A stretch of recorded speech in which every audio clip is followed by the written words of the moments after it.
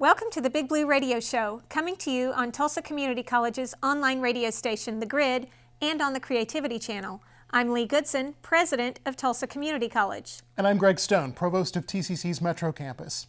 TCC continues to be a leader in corrections education, and today we'll learn about a new program aimed at helping offenders be prepared one day to re-enter the workforce. We'll visit with Corrections Education Coordinator Jeff Horvath today on the Big Blue Radio Show.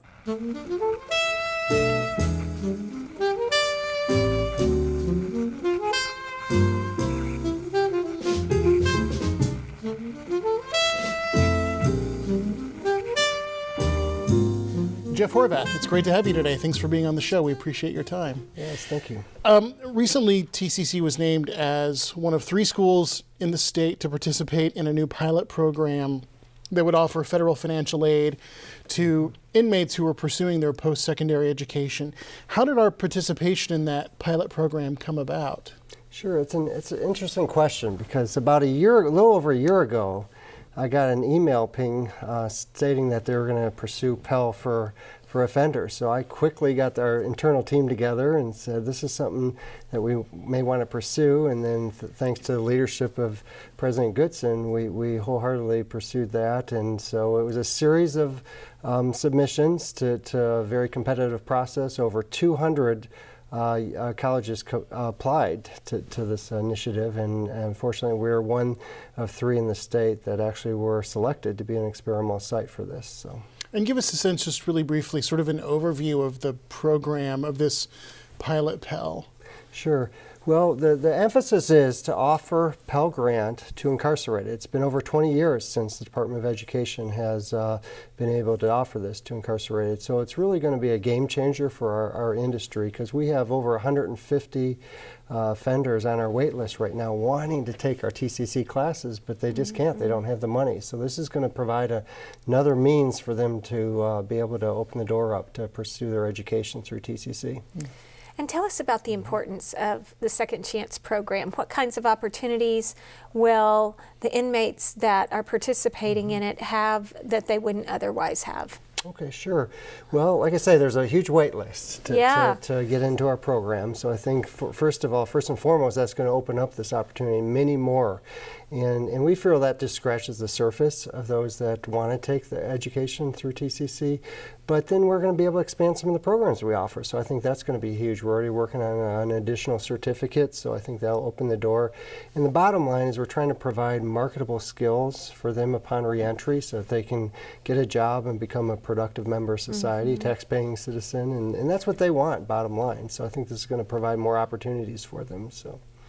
Jeff, it seems like corrections education has been more and more in the news in the last couple of years. I mean, obviously it's not a new idea, but there's something striking a chord in the public, it seems, around this issue. I mean, what's going on there, and why is this becoming such a topic of mainstream conversation today, and maybe a way that it wasn't even just 4 or 5 years ago? Sure.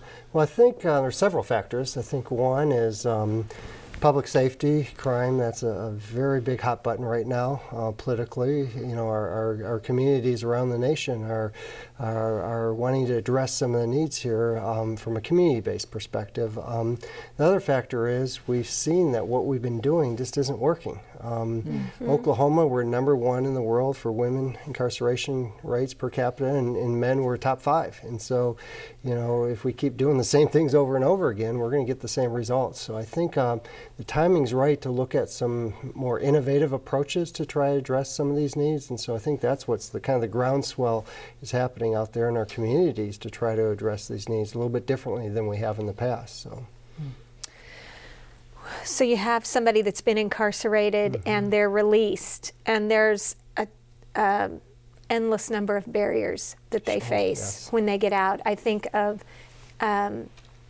CEO, Center for Employment Opportunity. It's a nonprofit that we have here in town that helps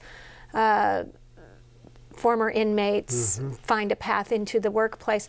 Talk to us about what are the barriers that are relieved from our students after they've been incarcerated as a result of their participation in the Second Chance program. Okay. What can they look forward to that maybe some of their fellow inmates aren't gonna be able to look forward to? Sure. Well, I think there's a few things. One is, I alluded to it earlier, the marketable skills upon employment. So we have worked with a lot of industries in our community, and we try to track what some of the most offender-friendly industries are, who are hiring these men and women upon reentry. So that's, I think, one major issue, is that we want to see what skills they're asking for in hiring people. And so we've customized our program centered around those needs from the employer perspective. So workforce development's huge. I'm very appreciative of TCC having that as a focus now moving forward, and we're tying that into our corrections education program. So I think giving them very practical skills is one thing that they can look forward to, that employers are looking for. And then the bottom line, though, I think for anyone that we deal with in incarceration, is that we're not only providing them textbook and theory and some of the latest cutting edge aspects of business and industry, but we are also coaches and mentors to them. So, of course. So when they walk out, I had story after story. I had one just the other day say, Jeff, I don't think I could have gone and actually done an interview with someone, but my certificate I got from TCC this summer, they walked in graduation.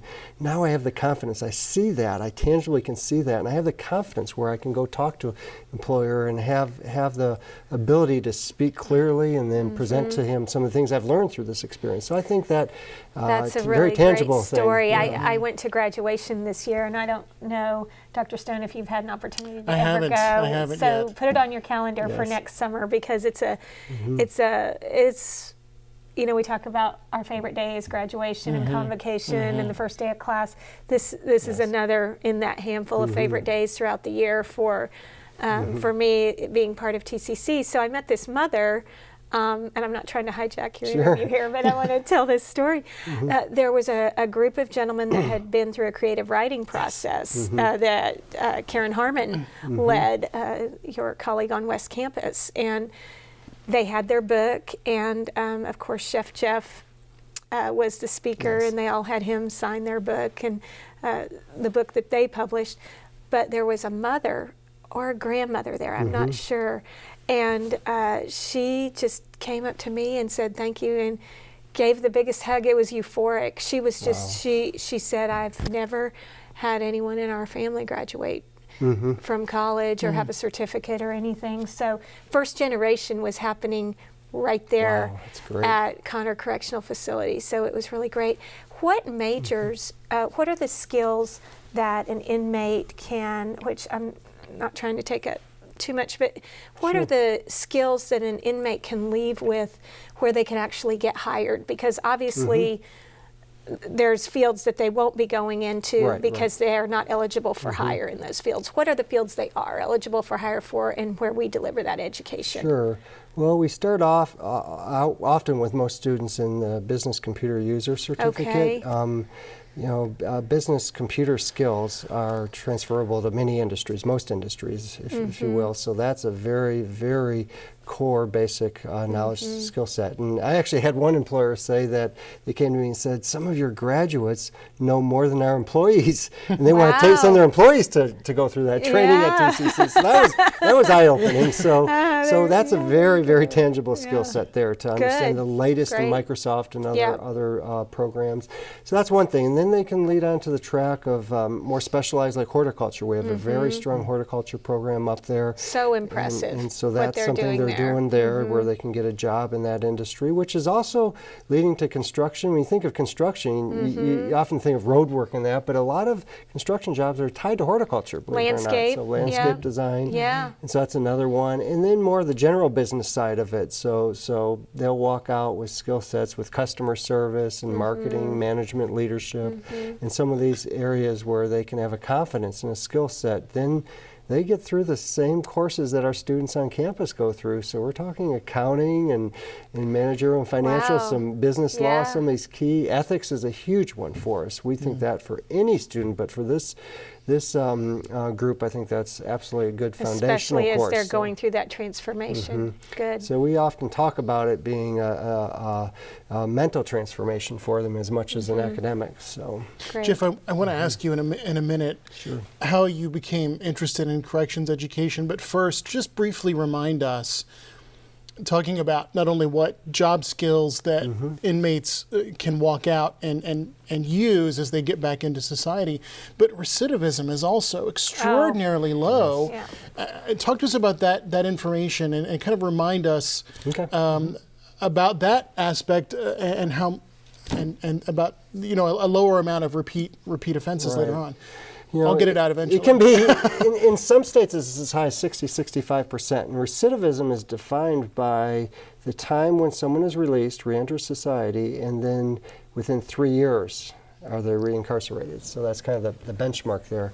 And in Oklahoma, it can be 22-23%. Well, we've tracked our graduates, and we're at about 4.9%. So we can tell Isn't that amazing? that the impact of higher education is working on these individuals. So it's dramatically decreased, and like I said, it's providing them a skill set to get a job, it's giving them confidence, and it's more so about that. I could talk about the entrepreneurial mindset, thinking innovatively and giving them the confidence to do that. But beyond that, then you can look at the fiscal side of it. We're in tight budgetary times in our state. And This is much less expensive, yeah. to get them an associate degree, it's pretty detailed, but basically they get up to a year off of their sentence when they earn their associate degree for good behavior and other factors. And so with that in mind, we can show a savings to the state.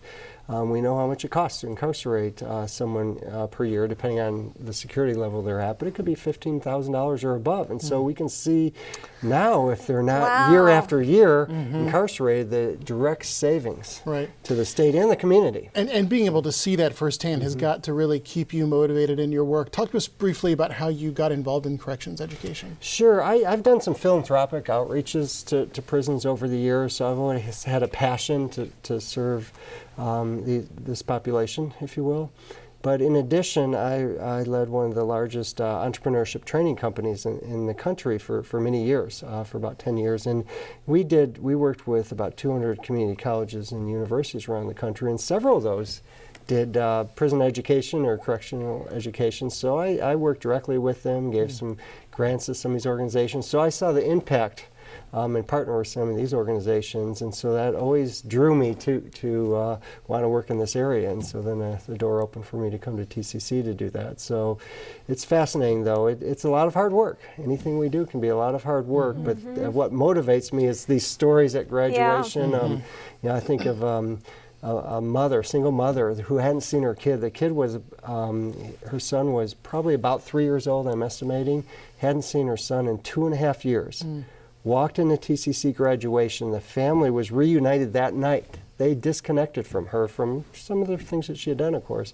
And it took a TCC graduation to literally reunite the family. I mean, that's just powerful. And then people that get jobs afterwards and say their life was transformed, I mean, that keeps you going, seeing those stories firsthand. So, That's great. What would you say would you say that's probably your favorite story? Give us another favorite story. Well, I could think of There's probably hundreds. Yeah, there's so many. One student right now, he's on his path, and that's the key, is we start them out in their education, but we want to provide a pathway so that they can complete their education, re-enter society, and then of course be reconnected with families, be a contributing member of the community. But I know one right now that's on his track for his associate degree here over the next year, and he said that, similar to your story, people have not graduated from college in his family, and he wants to be a role model to his son. He hasn't been in contact with his son too much, but his son has this image of his father incarcerated. He wants his son to have his image of his father as a college graduate. And you think about that, that's just amazing. That's his goal. He wants his son to see him as a college graduate, not what he is today. It's investing not only in that parent's life, but in the life of an entire family, and potentially breaking a cycle, which sometimes it's a long cycle that didn't start with that particular inmate. Exactly. That's exciting stuff. Well, we just have another minute or so left of the show, but we want to ask you, the big question that we always ask all of our guests, which is, if you could go back in time and give a piece of advice to your 18-year-old college-bound self, what would that advice be? Oh, that's a good question. Fascinating. I would say maybe a couple things that came to mind is one, get a mentor. I was able to get a mentor when I was in my graduate degree program, but I'd say if I could back that up several years, matter of fact, I still, many decades later, still connect weekly with my mentor, and he motivates me, encourages me, challenges me. So I think that's one thing is, I didn't think of that when I was 18. I thought of it when I was in my 20s, but to do that, and then probably write I go around the country talking about, everyone should have a personal why statement. Why are you doing what you're doing? Like a mission statement for yourself personally, but make that bigger than yourself. So, that gets to the point where you can think about the impact you're having beyond just a job, if you will. What impact can you have by doing what you're doing? And I love that. so I think that's one of the things I would encourage myself to do when I was 18 is, what's your why statement? And, I work with a lot of entrepreneurs, and we're making all this money, but their why statement, they have pictures, and I do too as well. Some of our offenders, I have pictures I'm putting up in my office at graduation, and this is why I do it, is because, we're helping transform lives. So that's what motivates you. I always talk to salespeople. That'll motivate you to make that extra call when you're tired and things like that. So I think those things would be what I tell myself when I was 18. Well, that's all the time we have for today, but we do want to thank our guest, Jeff Horvath, for joining us today on the show. And thank you for being here too. Remember, you can find us every week online at The Grid, tulsacc.edu/thegrid, and on the Creativity channel. We'll see you next time.